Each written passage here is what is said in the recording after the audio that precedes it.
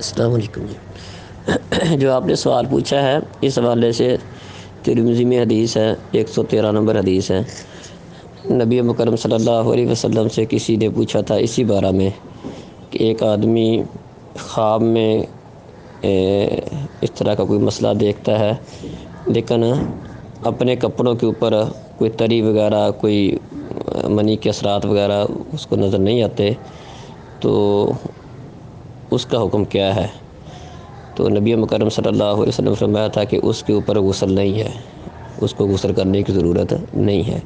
اسی طرح اس آدمی کے متعلق بھی پوچھا گیا کہ جس کو خواب تو یاد نہیں ہے لیکن صبح اٹھ کے دیکھتا ہے کہ اس کے کپڑوں کے اوپر بنی کے اثرات ہیں، تری کے اثرات ہیں، اس کا کیا حکم ہے؟